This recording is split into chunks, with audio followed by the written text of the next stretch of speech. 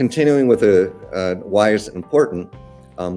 It's being used in production, and the important point here is that once deployed in production, quantum networks will be operated most likely by commercial networking operators and enterprises, specifically by the same teams that are currently managing their classical networks.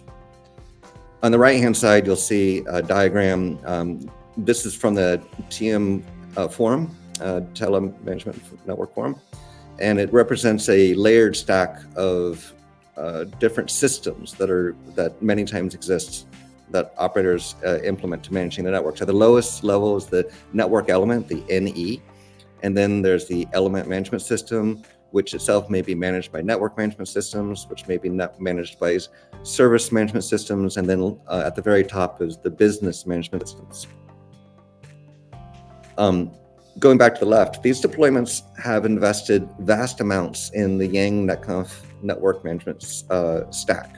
So they've implemented, to some degree or another, these various parts, and it would be desirable for them to be able to manage their quantum network using the same systems that they have invested so much in before. Continuing with that, we have the quantum controllers and orchestration systems can use the YANG NETCONF stack to automate many aspects of managing quantum devices. So these are some of the benefits that they can get from using YANG and NETCONF. First is that they can automatically render graphical user interfaces. Because there's a description of the data model, recall earlier, I think it was the first slide, the hierarchical data model.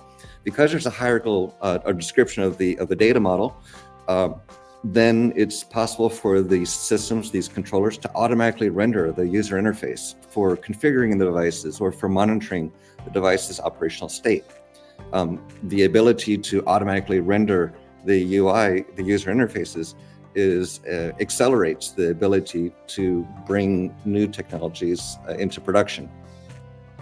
Also, the use of YANG and NETCONF can be used to automatically validate user input being sent to the devices. Of course, these user interfaces are offering an opportunity for the clients to input configuration changes that they wish to push to devices.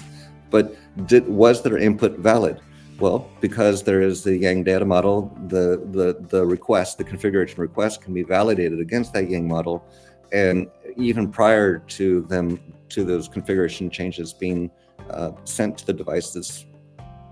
And also when the devices are returning responses, like you ask the device for some data, it's possible to validate that response and to see if it was accurate with respect to the YANG model. Not specific to YANG, but to the protocol itself, it automates protocol level interactions. We mentioned the confirm commit a moment ago, the rollback on missing confirmation, but there's also a rollback on error mechanism. So while it's in the process of trying to apply the configuration change, if it hits an error, it can roll back. This goes to that single device transaction slide that I mentioned a moment ago.